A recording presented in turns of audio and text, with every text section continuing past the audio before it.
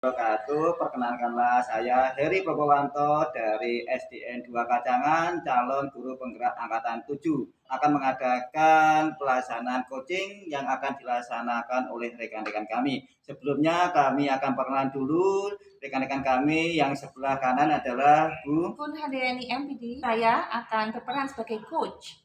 Oke. Yang untuk yang sebelah kiri saya adalah Bapak. Saya Samsul Huda dari SDN Karangsono berperan sebagai koci. Nah, demikianlah dari perkenalan dari pelaksanaan coaching hari ini. Dan untuk itu mari kita mulai pelaksanaan coaching. Untuk yang Bu Tun ya, coach ya. Assalamualaikum warahmatullahi wabarakatuh. Bu Handayani. Bu Handayani, pada hari ini, kesempatan ini Bu selaku sebagai coach untuk melaksanakan coaching kepada Pak Samsul Huda. Nah, untuk kegiatan hari ini ada beberapa poin yang akan kami ambil pada pelaksanaan coachingnya Bu Handayani. Yang pertama mengenai tentang kemitraan. Istilahnya tentang prinsip-prinsip coaching. Yang pertama kemitraan dalam pelaksanaan coaching, yang kedua adalah proses kreatif serta bagaimana memaksimalkan potensi dari coaching. Nah, dari kompetensi coaching akan dikembangkan itu kan ada 3, yaitu yang pertama yaitu tentang kehadiran penuh, yang mana ada presensi, yaitu yang kedua mendengarkan aktif, yang ketiga adalah mengajukan pertanyaan berbobot.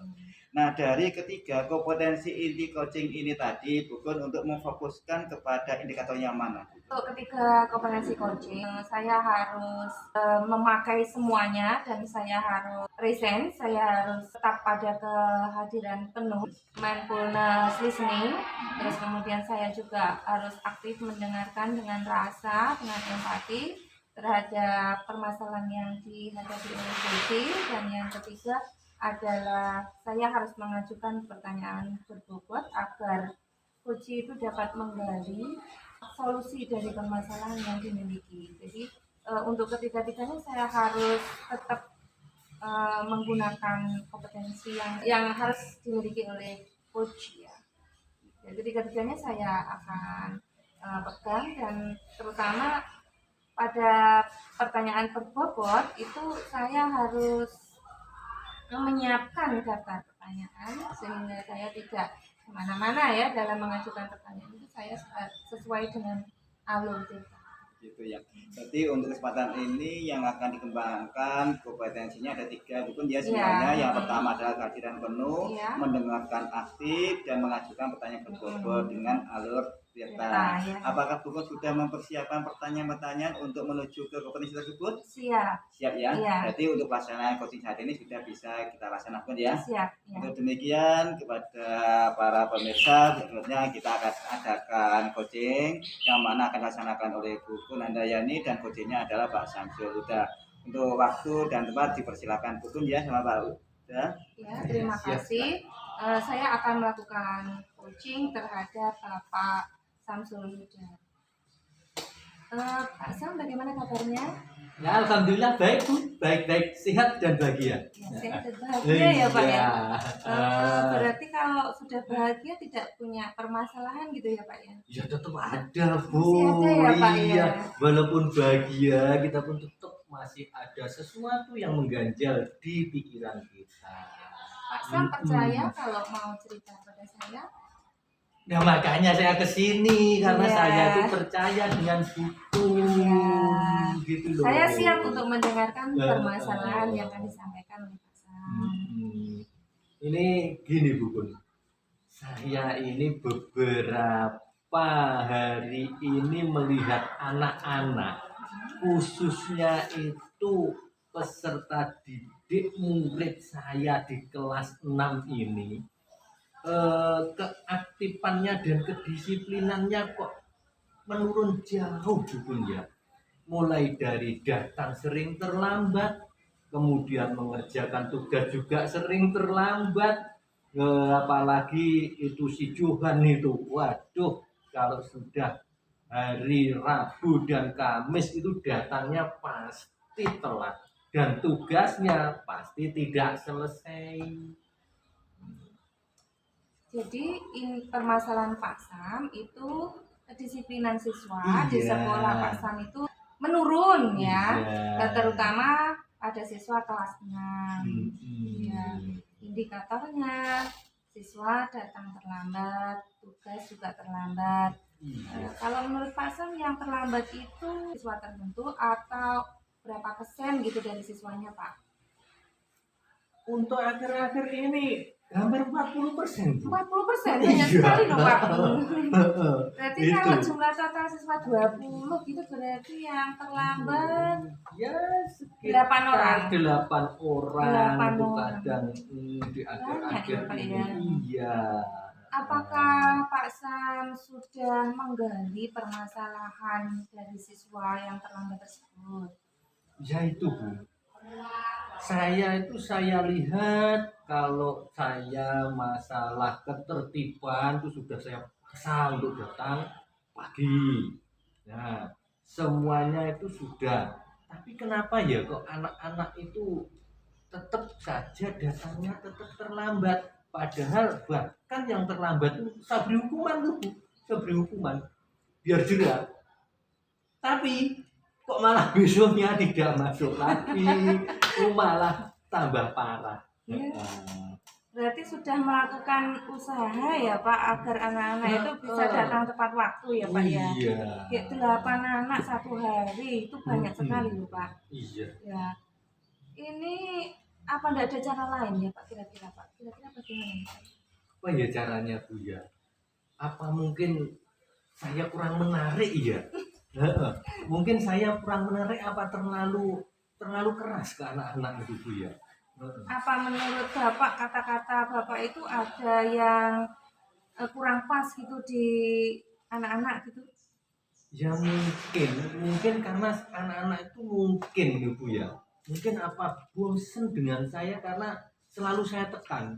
Harus gini, harus gitu, harus gini, harus gitu. Karena tujuan saya itu ya untuk kebaikan mereka. Untuk mencapai tujuan dari pembelajaran itu harus sesuai dengan target kurikulumnya. Jadi saya paksa harus gini, harus gitu, harus gini, harus gitu. Oh, jadi Bapak ini guru kelas di kelas 6 ya Pak ya? Iya. Oh, gitu. Jadi punya target, terus siswanya tidak bisa diajak untuk mengejar target gitu. Iya. Itu masalah yang perlu dicari pemecahannya Pak ya. Iya, ya makanya itu. Kalau menurut Pak Sam itu ada ide nggak ya untuk cari cara lain gitu Pak?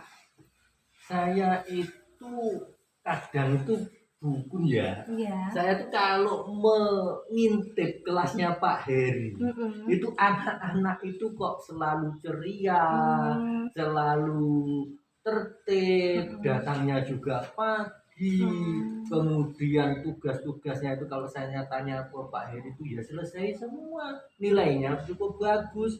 Targetnya saya tanya, bagaimana Pak target materi Pak Heri?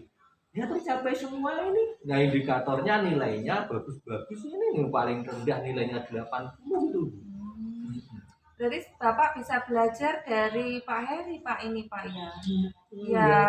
Kalau menurut Pak Sam, kira-kira apa ya yang dilakukan Pak Heri itu sehingga hasil kerjanya bagus ya, muridnya itu disiplin, datang pagi, terus kemudian juga nilainya bagus. Kira-kira kalau menurut Pak Sam, Pak Heri itu bagaimana? Apa yang dilakukan Pak Heri? Apa ya Bu ya? Coba saya ingat-ingat dulu Bu ya. Iya. Iya Bu, kalau pagi itu Pak Heri sudah menyambutnya di depan pintu. Jadi anak-anak itu datang itu lihat Pak Heri itu sudah senang gitu. Terus di dalam kelas pun Pak Heri itu pembelajarannya saya karena pengen seperti itu, saya itu sering ngintip Bu. Ya sering ngintip saya itu. Ternyata Pak Heri itu pakai media yang macam-macam. Bahkan anak itu ada yang wah gembira pokoknya lihat medianya itu, jadi tidak hanya satu media itu juga seperti itu. Kemudian terus Pak Heri itu buat kesepakatan kelas itu, akan saya dengar-dengar itu ada kesepakatan kelasnya, ada apa itu istilahnya yang baru itu apa itu bukan Bu? keyakinan Keyakinan kelas, kelas, keyakinan kelas. Pak Heri itu membuat itu sehingga anak-anak itu datangnya itu karena kesadarannya ingin keyakinannya itu terwujud seperti itu dari diri anak-anak dari sendiri, dirinya gitu, sendiri Pak, ya. ya. Berarti kalau dari sini kita bisa menyimpulkan hukuman tidak menyelesaikan masalah disiplin siswa ya tadi ya Pak ya. Iya Bu, ternyata saya salah. Saya kira itu dengan hukuman itu anak-anak itu juga dan menjadi lebih disiplin. Ternyata malah enggak, malah takut ternyata Bu. Iya, ternyata kalau saya ngintip Pak Heri itu kok caranya lain, kok anak-anaknya bisa tertib, bisa disiplin. Ternyata ada keyakinan kelas. Iya, Bapak belajar dari guru lain ini ya bahwa Pak Heri itu membuat kelasnya menarik dengan berbagai macam media dan juga membuat keyakinan kelas. Kira-kira kekuatan yang dimiliki oleh Pak Sam untuk mencapai tujuan disiplin belajar siswa jadi meningkat itu antara 1 sampai 10 gitu. Pak Sam itu kira-kira di angka berapa gitu ya? Kalau saya itu ngintip caranya Pak Heri, Mm-hmm. kira-kira saya 6 itu masih bisa. Masih bisa. Kalau sekarang keadaan angka berapa? Kalau sekarang masih 4. Karena cara saya yang kurang mungkin. Iya. Kira-kira berarti ada keinginan enggak untuk meningkatkan ke level 6 itu? Ya memang ya ingin Bu, malah keinginan saya itu nanti bisa ke level 9 bukan hanya 6. Iya. Kalau saya lihat tuh saya tuh sebenarnya 6 itu mampu sekarang. Mampu sekarang, tapi karena sudah diusahakan apa belum? Karena sekarang tuh saya di IT juga bisa. Terus kemudian kalau membuat anak-anak itu lebih tertarik mungkin dengan IT saya itu sudah mampu nanti saya buatkan media-media yang beraneka macam bahkan menarik dengan animasi-animasi dan sebagainya itu. Nah jadi saya yakin saya tuh sekarang itu sudah punya modal 6, jadi kalau meningkatkan ke 9 tuh ya mungkin kok ya mampu bisa, ya bisa. Nah, dari percakapan ini saya bisa menyimpulkan bahwa Pak Sam itu sudah punya potensi ya untuk meningkatkan pembelajarannya agar menarik bagi siswa sehingga nanti siswa itu semangat untuk berangkat ke sekolah dan datang pagi seperti kelasnya Pak Heri tadi ya Pak ya. Ya, Pak Sam sudah bisa IT, bisa membuat media yang menarik juga. Tapi kok belum dilaksanakan kenapa ya Pak? Apa kendalanya Pak? Kendalanya gini, kendalanya itu satu, itu saya yang masih egois. Nah, saya masih maunya itu anak-anak itu nurut sama saya. Anak-anak itu harus sesuai dengan keinginan saya. Kalau saya ingin hari ini targetnya selesai, ya harus selesai gitu. Jadi anak-anak itu harus, ayo, pokoknya kalau tidak seperti saya pasti saya beri hukuman. Nah itu kendalanya itu. Ini kendalanya seperti itu. Nah, Bapak kan sudah tahu, sudah bisa membedakan kelasnya Bapak dengan Pak Heri, terus tadi sudah bisa menyimpulkan bahwa Bapak itu juga punya potensi dalam IT, agar bisa membuat kelasnya menarik, terus kemudian punya trik-trik untuk membuat kesepakatan kelas. Nah itu kenapa ya Pak Sam kok masih ingin kejar target saja? Itu kan di kurikulum Merdeka sekarang itu kan tidak perlu mengejar target kurikulum, bahwa kita itu sedikit tidak masalah asalkan bisa memberikan peningkatan kompetensi kepada murid kita gitu Pak. Ya itulah Bu, saya ini masih terpaku ke kurikulum yang dulu kala itu. Jadi anak-anak itu harus saya selesaikan. Mungkin itu karena saya itu kurang membaca Bu ya, kurang membaca. Ya nanti jadi informasi tentang seperti itu saya juga kurang. Bahkan kelas saya itu sampai sekarang tuh belum punya keyakinan kelasnya, itu belum punya. Iya. Dan saya mengajarnya dengan cara mengajar satu arah, anak-anak saya beri materi sampai selesai dan anak-anak harus mendengarkan dengan tertib seperti itu.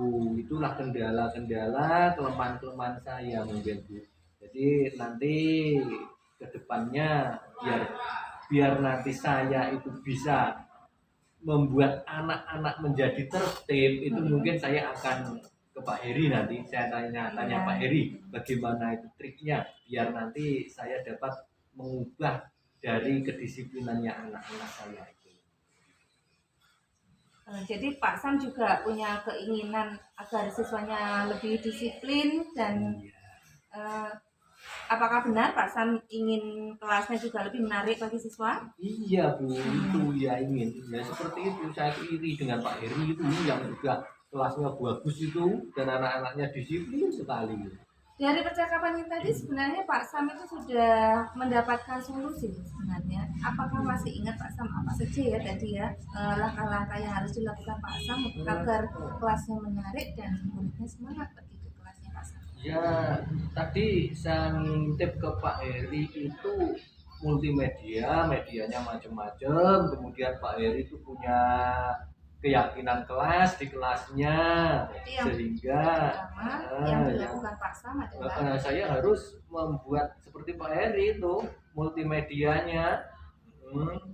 Kemudian yang kedua saya harus punya keyakinan kelas di kelas saya biar anak-anak itu muncul motivasinya dalam dirinya untuk belajar tanpa saya paksa seperti itu. Ya, 2 hal itu aja Pak langkahnya. Iya, langkah terus yang ketiga langkahnya nanti ya saya harus ketemu Pak Heri, sering belajar untuk masalah yang memaksakan siswa untuk mengejar target tadi bagaimana? Apa solusinya? Ya nanti saya akan membuat multimedia itu, kemudian saya arahkan anak-anak nanti biar muncul motivasinya untuk belajar sehingga anak disiplin.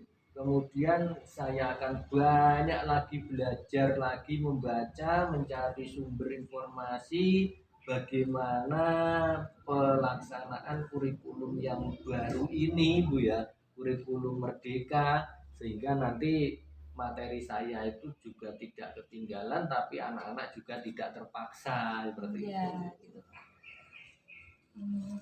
Saya kira Pak Sam sudah bisa membuat list tadi ya tentang solusi-solusi dari permasalahannya.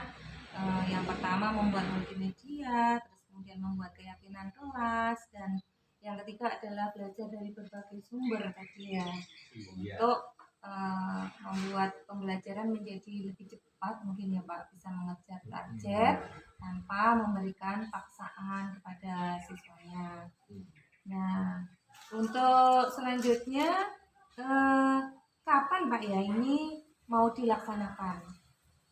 Ya saya kira secepatnya Bu, nanti dalam minggu ini, minggu depan ini ya, ini sekarang sudah hari Jumat Bu ya, Senin nanti saya akan laksanakan itu. Nanti Senin masih mau belajar? Besok, Senin besok membuat itu, media? Besok itu saya sudah akan menemui Pak Heri untuk bagaimana caranya membuat media yang lebih menarik dan bagaimana untuk membuat keyakinan-keyakinan kelas biar anak itu nanti muncul motivasinya dalam dirinya. Besok masih belajar ke Pak Heri dulu ya Pak. Berarti lusa apakah sudah bisa dilaksanakan Pak? Senin itu sudah. Senin ya. Itu saya akan mencoba untuk melaksanakannya di kelas ya. Di kelas. Semoga nanti dalam 1 minggu nanti kita lihat Bu hasilnya bagaimana. Semoga nanti sesuai dengan keinginan saya. 1 minggu ke depan. Muridnya lebih tertarik dengan pembelajaran di kelas. Sehingga lebih disiplin dan tertib masuk di kelas. Jadi Senin ya Pak ya, Senin sudah mulai dilaksanakan, mulai besok belajar ke Pak Heri, itu komitmen yang dipegang oleh Pak Sam. Harapannya dengan nanti ada langkah-langkah seperti itu ya Pak ya, besok belajar, terus Senin sudah ada multimedia, keyakinan kelas dan macam-macam tadi. Harapannya apa Pak ini? Harapan saya nanti setelah saya itu Melaksanakan melaksanakan langkah-langkahnya. langkah-langkah saya tadi, membuat multimedia, kemudian keyakinan kelas dan sebagainya, semoga nanti murid saya kelas 6 itu yang dari 40% tidak tertib itu nanti bisa menjadi tertib dan 100%. menjadi tertib 100%, sehingga nanti pembelajaran itu akan lebih cepat mencapai tujuan sesuai dengan target kurikulum yang telah ditentukan, sehingga mereka nanti siap untuk melakukan evaluasi di akhir tahun ini sehingga bisa masuk ke sekolah tujuan yang dituju masing-masing. Harapan Pak Sam ini Heeh. bagus sekali untuk siswanya ya. Biar bisa mendapat nilai yang bagus dan bisa mendapatkan sekolah yang diinginkan. Dari proses coaching siang kali ini, ngobrol-ngobrol kita kali ini, Pak Sam, bagaimana perasaan Pak Sam? Ya, perasaan saya sekarang sudah lebih lega, Bu, karena sudah punya gambaran bagaimana untuk membuat anak-anak itu menjadi tertib dan menjadi senang untuk di kelas, sehingga datangnya lebih awal dan target kurikulum saya tercapai dengan sempurna. Alhamdulillah kalau Pak Sam sudah bisa menemukan solusi bagi permasalahan yang dihadapi oleh Pak Sam, dan mempunyai langkah-langkah yang akan dilakukan ke depan agar muridnya lebih disiplin dan bisa mencapai target kurikulum. Sudah Ya. selesai proses coaching dengan Pak Sam. Terima kasih Bukun, terima kasih Pak Sam yang telah melaksanakan kegiatan coaching untuk penilaian kepada Bukun Handayani. Bukun Handayani, untuk kegiatan coaching yang panjenengan lakukan hari ini kami mencatat beberapa poin tentang untuk pengisian penilaian terhadap coaching Bukun, yang salah satunya yaitu tentang indikator ketercapaian yang ingin Bukun capai. Nah, dari hasil tadi untuk yang menurut Bukun itu apa saja yang Bukun yang ditanyakan sesuai dengan alur tadi? Ya, yang pertama saya menanyakan tujuan dari Pak Sam. Dari dialog kita, Pak Sam ingin agar siswanya itu lebih disiplin, datang tepat waktu dan mengerjakan tugas tepat waktu. Tujuannya Dan itu juga ingin agar pembelajarannya itu bisa mencapai target kurikulum. untuk pihak identitasnya dari mana Bukun identitas? Saya mengidentifikasi bahwa Pak Sam itu saat itu memiliki beberapa masalah. Yang pertama, Pak Sam muridnya kan kurang disiplin ya, datangnya terlambat, terus kemudian tugas juga terlambat. Kemudian dari pihak Pak Sam sendiri itu kurang menguasai media pembelajaran, dan dia melihat guru lain yaitu Pak Heri itu pembelajarannya menarik karena menggunakan media yang bervariasi, juga menggunakan multimedia gitu ya.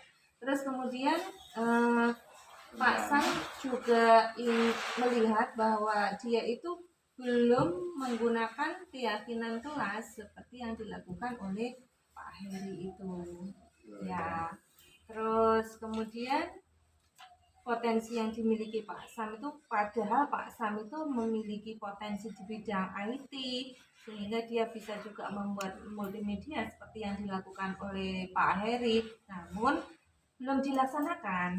Nah, itu jadi rencana aksi yang akan dilaksanakan Pak Sam itu yang pertama adalah belajar ke Pak Heri bagaimana cara membuat media dan membuat keyakinan kelas, dan juga melaksanakan untuk memberikan media di kelasnya itu Senin besok gitu Pak. Terus membuat keyakinan kelas juga segera dilaksanakan di kelasnya.